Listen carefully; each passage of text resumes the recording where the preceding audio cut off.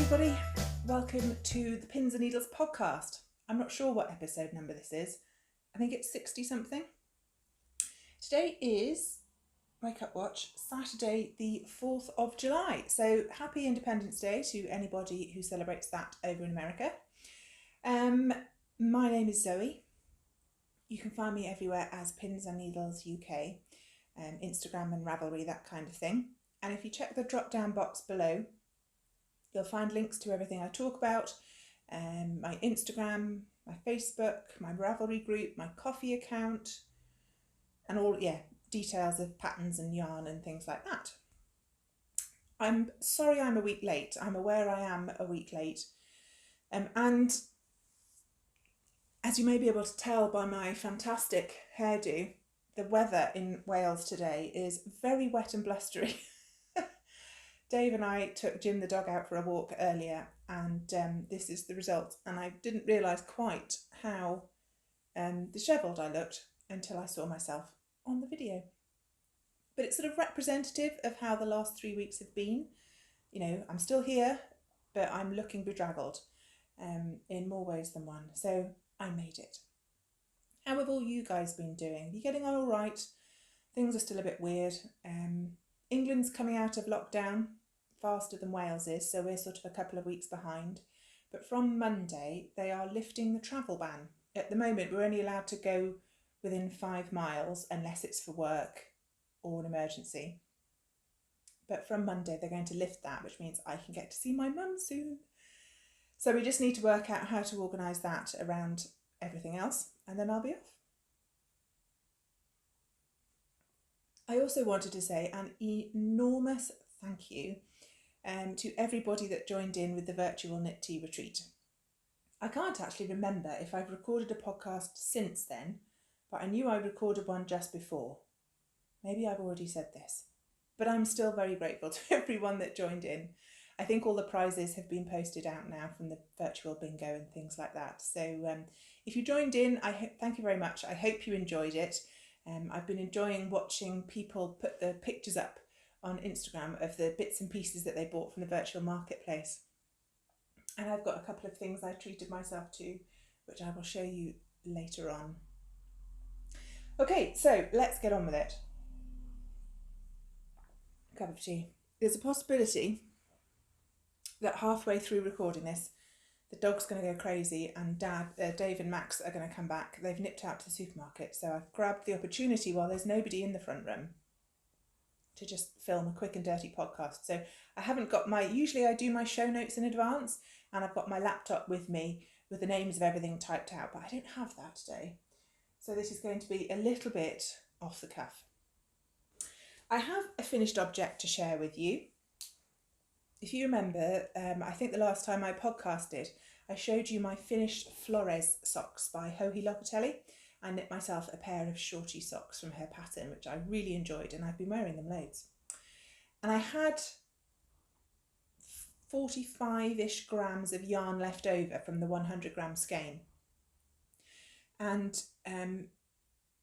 it's been a long couple of weeks that has needed I've been very busy, and I've needed a lot of brain space for work and kids and schooling type things. And my jumper that I'll show you next it got to a point where I needed to engage my brain, and my brain was not cooperating. And as it happened, I was sat next to the project bag from my Flores socks that still had the leftover yarn and needles poked in it. So I was like, done. So I just cast on another pair of socks because I don't have to think about that. So this is the result. So I've knit another pair of shorty socks in exactly the same yarn. And the yarn is Owl About Yarn Cuddly Owl, which is a 75-25 merino nylon blend in the colourway Unicorn Tails. There is none of this left, and she is not going to be dyeing any longer on this base. So I'm sorry if you wanted some, but you can't have it. As you can see, I went for contrast toes, and these are just a mini that I was given in my Advent swap from Jennifer, who is J Rain on Ravelry, and it matches beautifully. I just sort of plugged the stitch pattern from the Flores socks into these socks, heel flap and gusset 1 by 1 rib on the top, The Flores socks lace pattern has 2 repeats over the top of the foot, and I just went for 1 repeat. So you can see there I've got plain stocking stitch, then the lace pattern running down the centre, and then some more plain stocking stitch either side. The ones that I knit for me fit very nicely, but they do feel just a smidge tight, and I'm not sure if that is my tension or if it's because the lace pattern has so many decreases in it, although obviously they're balanced out by yarn overs. But anyway, I just went for 1 repeat of the lace, and then that made them even more brainless. So those are finished, and I'm tickled pink with those. I can see me knitting a lot of shorties. I thought to myself, well, what's the point of shorties for the summer when they're still wool? But actually, not having that 6 inches of sock up around your leg makes a huge difference. And again, I think if you put a lace pattern over the foot, it just makes them that much lighter and nice to wear. And goodness knows I need them. It really is absolutely disgusting. It's down to about 14 or 15 degrees Celsius. So woolies are required. Oh, and for anyone that's interested, I'm wearing my Pavement Sweater, which is a pattern by Vera Valimaki. And I knit this in Jenny's yarn as well. It's Owl About Yarn Sparkle Owl in the colourway Rumpelstiltskin.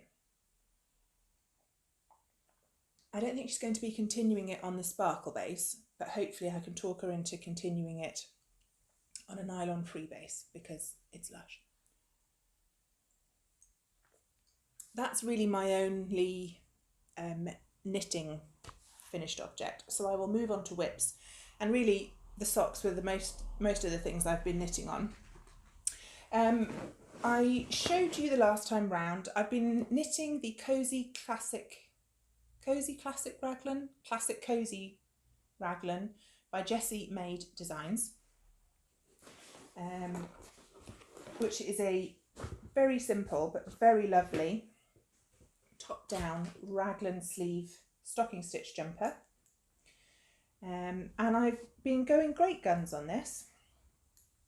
It is a bit like wrestling an octopus because I'm alternating skeins, and given that you're holding it double with mohair, you end up with 4 balls. So I end up having 2 tucked down one side of my lap, 2 tucked down the other. And when I get to the stage where I need to swap yarns, I do a quick switcheroo, a bit like magician's cups. You know, when you have to follow the ball under the magician's cups and it goes psh, psh, psh. That's what I do with this jumper. So there is some sorting to do. Which way? Okay, that's that way round.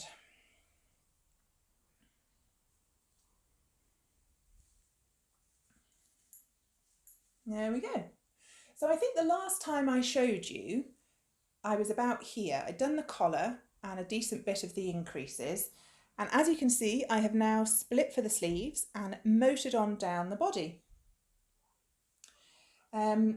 It is, according to the pattern, it's a slightly cropped length. So the instructions have you knit to 8 inches from the underarm separation, and then add 3 inches of rib. There's the dog. And the front door. Bear with.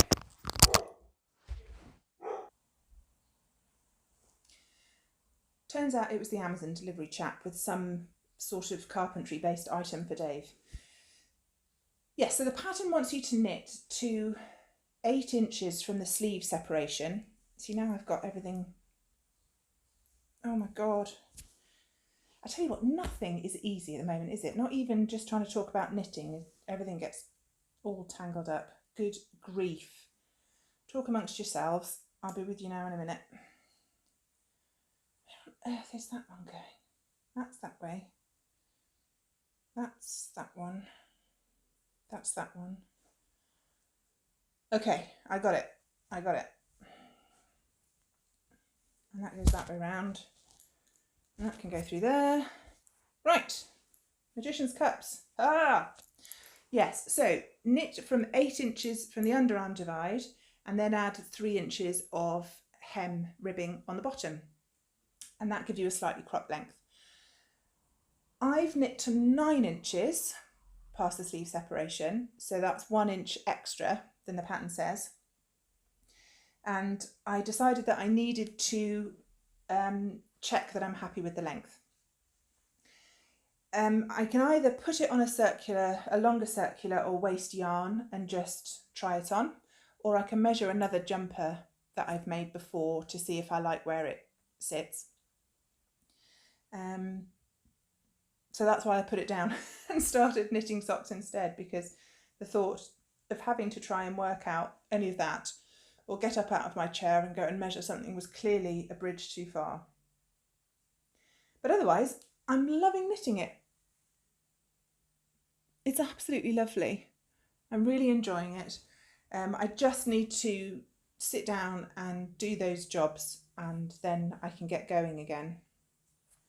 The yarns I'm knitting it in, I mentioned last time, this is Posh Yarn, Eliza Sock, which is a merino cashmere nylon blend in the colourway Somebody Needs Their Nap, I think. And that is Rowan Kidsilk Haze in a random number colourway. But again, these will be linked down below. Also, when I was knitting this, although the weather is disgusting at the moment, we did have some incredibly hot weather. It got up to like 30, 31 degrees Celsius, and obviously knitting a mohair wool jumper at the point where it's now sort of sitting in my lap was not the best choice. So that's why it got shoved back in its bag. But maybe I will sort that out this afternoon, because going round and round and round in stocking stitch or even in rib is my happy place. And my brain still needs a bit of a break. So if I can get that sorted, it'll only be 10 minutes work to decide what I'm going to do. And then I can crack on with that. And I'm really not that far off, because I might have another inch of body to do and some ribbing, and then it's just sleeves. So I will probably get this finished in time for the next heat wave, but at least it will be a pleasant knit. So that's that. Oh, dear me. On to sewing. Now, the last time we spoke, I was hoping to have a finished item to show you, and indeed I have. I was going to be sewing up the FenDress by Fancy Tiger Crafts out of an old tablecloth, and I have done so, and I finished it, and I'm really happy with how it came out. And there's a couple of things I would do differently, but overall I'm really pleased with it, and I finished it just in time for that really hot period of weather, which was perfect timing. In terms of modifications, I fall between two sizes. I was measuring a size 16 on the top and between a 16 and an 18 on the bottom. So it's a bodice with darts and an attached gathered skirt with these sort of inset pockets. Grown on sleeves, they're not a separate sleeve piece, and a binding finish around the neckline. So what I did, if you can see on the front bodice, there's darts that start here and run diagonally down to the waistline. So I graded out from a size 16 at the top of the dart out to a size 18 by the waist. Obviously the same on the back darts. I added 2 inches of length to the bodice and 2 inches of length to the skirt. The pattern has the lengthen and shorten lines marked on there, so it's not a difficult adjustment to make. And overall, I'm really pleased with it. It took me quite a while to work out the pattern placement, to get it all cut out, because I wanted the bodice to be in this blue fabric. And if I hold it up, there's this band at the bottom, which I wanted to make for the skirt. Now, in retrospect, what I took the time to do was it has a higher hem at the front.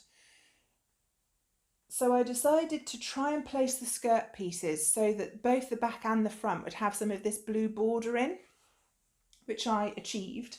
But what I didn't think about, and I really should have done, is that there's this band that runs across the pattern print. And what I should have done is try and lined that up between the front and the back skirt piece, rather than faffing about with the hem. Because as it turns out, hang on a sec. Give it a shuffle and then you can see. Can you see? the band doesn't line up even a bit. This is an old tablecloth, which is one of the reasons I was quite happy to just have a go at the pattern. And as you can see, it's faded differently. So I've got the right side fabric the right way out, but you can see this piece is more faded than that piece. So it's never going to be a super smart option, but it's very wearable, very comfortable. And I do like the print. And I fussy cut the pockets so that the pocket linings were out of that yellow fabric of the border, so it joins it all together. In retrospect, I don't know that I needed to go up to a size 18 for the skirt. It is a boxy, oversized dress, so there's plenty of room anyway. But I think there was a little bit too much, particularly at the back. It sort of hangs off my shoulders and is very roomy around the waist. I would like to make another one, so what I will probably do is turn this inside out, lay the size 16 skirt pieces over the top of it and just pin down the sides to take it into a size 16 and try it on to just see how much ease I need in it. But it was a really nice clear pattern, very easy to follow. I think it's classed as adventurous beginner, and I would agree with that. I'll show you the insides because everyone likes to see the insides. Okay, so I did French seams for the shoulders. There you are, so those are nice and tidy. The binding for the neckline, it just had you fold the binding strip in half and then attach it to the neckline, so you do get that raw edge. I finished it with a zigzag stitch, so it's not going anywhere, but in retrospect, what I wished I'd done was take the time to make folded bias binding with my strip. So you have a strip and then you fold it in half and iron it and open it back out, and then you fold these bits in half. So it's like that, so there are no raw edges around the neckline, but that's just me being fussy. You can see the details of the pleats on the inside here. And also for attaching the bodice to the skirt, you do just end up attaching it and zigzagging it to finish, so that's not terribly tidy. But I think overall, apart from that, oh, there was one other thing. It has you zigzag attach the neckband to the bodice, and I couldn't work out how you were supposed to attach the neckband with a tiny seam allowance that the pattern suggested when the zigzag stitch itself was of a set width. So I tried my best, but in places, so just as it comes over the shoulder here, can you see, you can just see the bits of the zigzag stitch underneath. And of course, when I finished sewing the dress, I remembered that you can actually alter the stitch width for a zigzag stitch. And had I done that, it would have been perfect. But the fabric is so busy, you really can't see it. So yeah, that's my dress. I will put a photograph up here of me wearing it, and also a close-up of the pocket detail that you can see as well.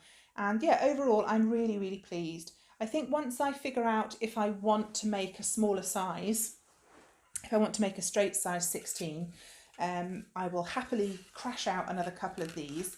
And the pattern does also come with a sleeve piece, so you can extend the sleeves to become 3/4 length.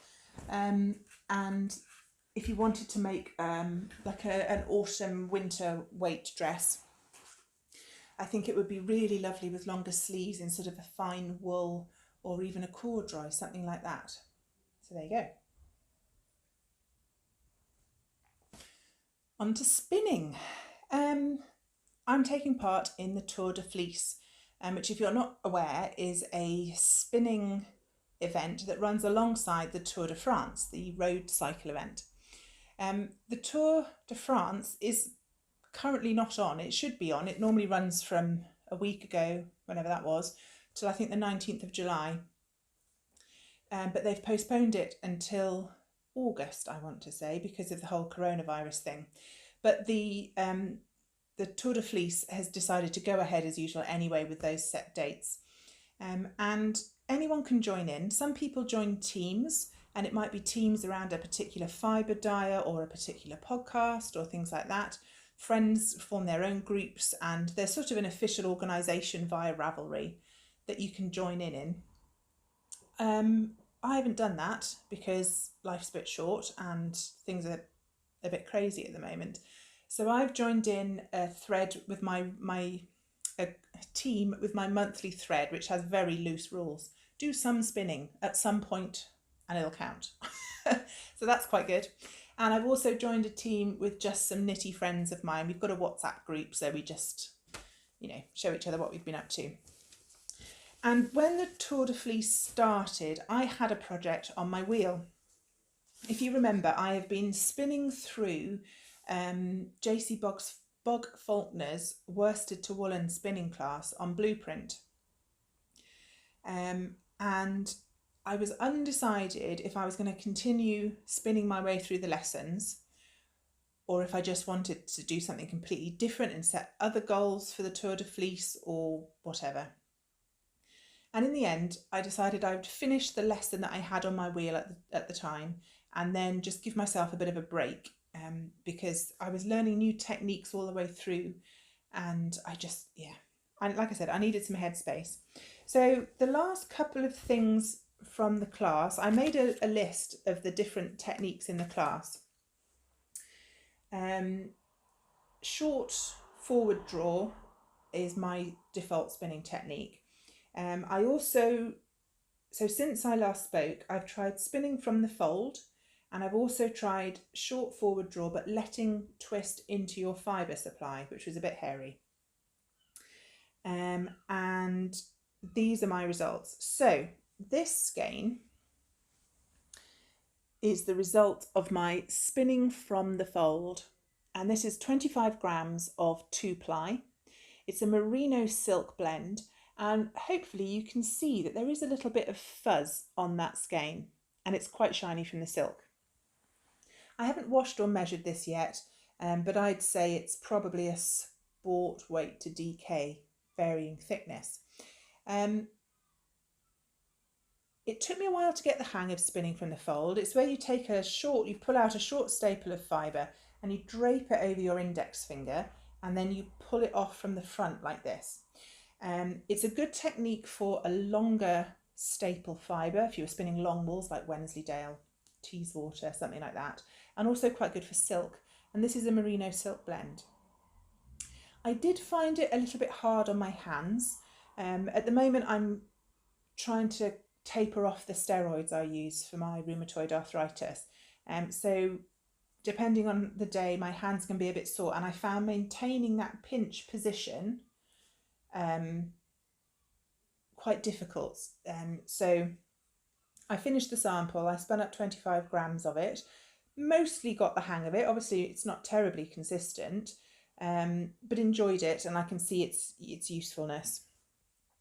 And then these last two little skeins are letting the twist in. So I spun both of these. This was top, combed top, so all the fibres are aligned, running in the same direction, nice and tidy. And so I did normal short forward draw, but when I pulled the fibre out, I let go. I didn't smooth it back to let the twist chase my fingers back into my fibre supply. You pull it out and let it go. Pull it out and let it go. And you have to treadle slowly while you're doing that, or it all gets bunched up in the fibre supply. And I was a bit nervous, and I've ended up with two little skeins. Again, I used a 25 gram sample, but the singles broke, so I ended up with two little ones. The larger skein on the top, is that focusing? You going to focus? Sorry. There we go. So this skein on the top is my earlier attempts, and the smaller skein on the bottom is my subsequent attempt. And you can see they're definitely a bit more thick and thin, but I got the hang of it by the end. And if I hold them up, So we've got from the fold here, and we've got letting twist in short forward draft here. If you ignore the consistency issues, the thick and thin of the yarn, and think about the fuzziness, they are a similar amount of fuzzy. And particularly if you compare them to my next spin, which is standard short forward draw, which is a worsted preparation. So hopefully you can see more fuzz in these than you can on this one. So the only thing I've got left, I'm fuzzy now. There we go. The only thing I've got left on my list of classes to try is classic long draw spinning. And that was my goal all along. I wanted to try long draw, but I decided to work my way through the lessons to build my skills up to get there. So the last thing I tried was letting twist in, short forward and short backward draft. And now it's classic long draw. And I decided that I would just give myself a bit of a palette cleanser, a bit of a break. And so I've been spinning up some beautiful fibre. There's a dyer based in Wales who's called Hilltop Cloud. I'm sure you've heard of her. That's her little logo, a little sheepy cloud. And as part of the Virtual Wonderwall Festival, Jenny really kindly bought me a present. And it was a pack of her Colours of Cambria. It's 100 grams of Welsh mule fibre. And the fibre comes from a Welsh cooperative called Glan, which means wool. And it's a what do you call it? A cooperative of farmers who pull their Welsh mule fleeces and get them processed. And they are spun up into yarn, and obviously Katie from Hilltop Cloud buys fibre and dyes it up. So this is the colourway Mine. I'll put a picture up here that I took of all of the 5 different colourways all together. I've done some of them already. Oh, here we are, look, she's written it on the back. That's handy. The Cambrian Mountains are the remote upland area in the centre of Wales. Excuse me. This stunningly beautiful landscape is one of our best kept secrets. Sheep farming is vital to this area. The Cambrian Wool CIC, Community Interest Company, selects the finest fleeces from these farms and has them processed in the UK into combed top, which is this, and worsted yarns. The sheep are known as Welsh mules. A mule is a cross between a native upland sheep, in this case Welsh Mountain, and blue-faced Leicester. These sheep produce wool with beautiful sheen and incredible bounce and a long staple length. The Colours of Cambria is a collection of hand-dyed colours inspired by Wales. This landscape has been mined for its minerals since pre-Roman times. If you walk through the hills, you find rusting machinery and spoil tips. Slate greys and mineral ores inspire these packs. So, I have... So you get 5 20 grams of fibre, and I've already spun up 2, and these are my 2 colourways. I can't see if that's focusing. Yes, there you go. So there's a greeny colour and a lovely dusty heathery purple. This is a 2-ply yarn. There we go. And I did this short forward draw, which, as I said, is my default, and it produces a smooth, quite crisply defined yarn, classic worsted spin. I still did want to challenge myself a little bit, so I decided I would work on my consistency. So I weighed my initial bump of fibre, split it into 2, made sure that those 2 weighed the same. And then using my spinner's control card, I concentrated on getting my singles a consistent width. So what you do is you spin a bit of singles yarn, and then you fold it back on itself and let it twist back on itself, so you get a sort of a sample of what your 2-ply yarn would be like. And then you line that plied yarn up against this control card, and you can see down here It's got numbers on the side, and that's wraps per inch. And you can see at the top, it just lists the wraps per inch range for each weight of yarn. And this is something that I actually bought from Hilltop Katie as well. So by keeping this handy and checking that my singles in a ply back test would give me a consistent weight, I could try and get these to match as closely as possible. So I seem to have achieved that. When I got to ply the two bobbins of singles together, I had almost exactly the same amount of singles on each bobbin. There was a small amount of wastage, so I hung on to the wastage from these two and I plied it together. And I got this little dinky mini at the end. Can you see? So this one on the end here is these two colours plied together. So I've got a little marl, which is rather good fun. Next up is this lovely gingery colour. That's what's going to go on the wheel next. And then I've got a blue and another purplish colour still to go. So I'm really enjoying this. Although it's a little bit stop-start with checking the singles against that control card, it's easy to do. My brain can cope with it, which is much required at the moment. So I will spin up the whole set, and I'm thinking maybe a colourwork hat. I get through a lot of hats come the autumn and winter because of all the rainy dog walks. I can easily go through 2 hats a day, or they're not dried by the time you need them again the next day, so it's always nice to have several. Or I might do some colourwork mitts. I need new mitts and mittens, so maybe it will be that. So that's my spinning progress. Finally, we are on to acquisitions, and I did make a couple of purchases as part of the Knit Tea Retreat virtual marketplace.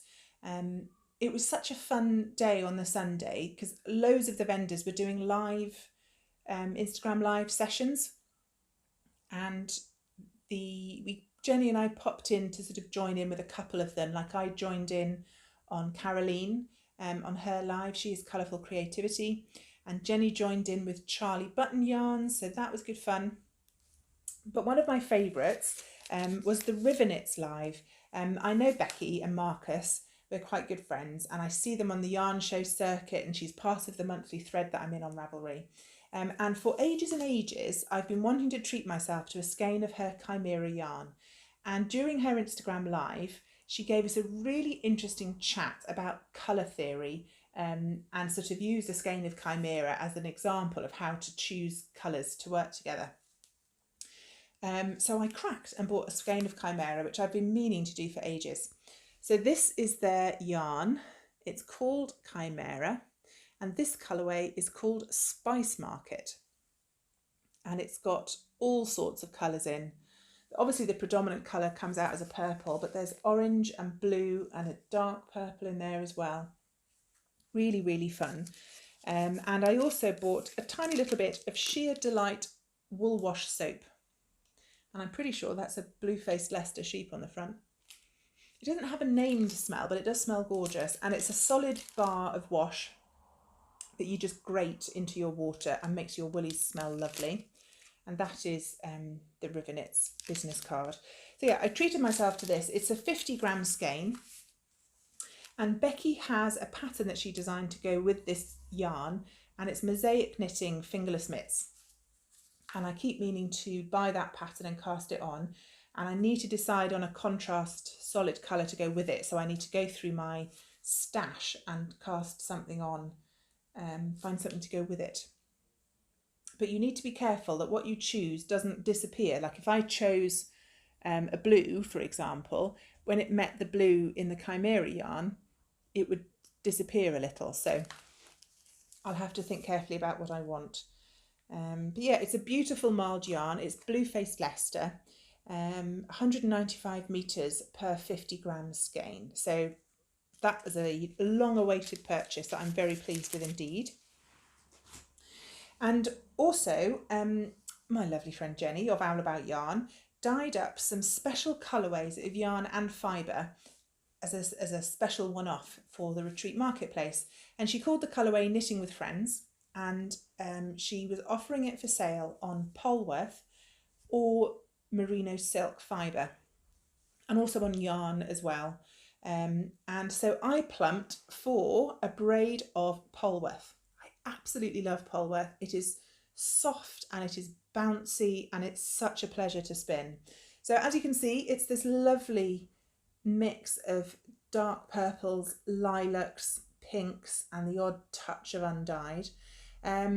This is combed top. I haven't decided what I'm going to do with it yet, whether I want to do a fractal spin or whether I want to pull it apart and split the colours out. I'm undecided, but it's my precious and I love it. So that might well be what goes on the wheel next.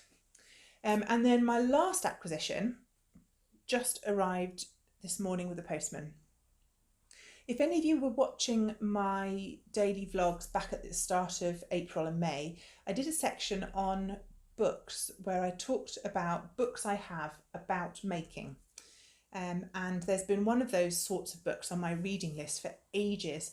And I finally managed to pick up a copy secondhand off Ravelry, which is brilliant. And that book is Alexander Langland's Craft: How Traditional Crafts Are About More Than Just Making. It literally only arrived this morning, so all I've done is have a quick look at the index, but I'm very excited to start reading about this.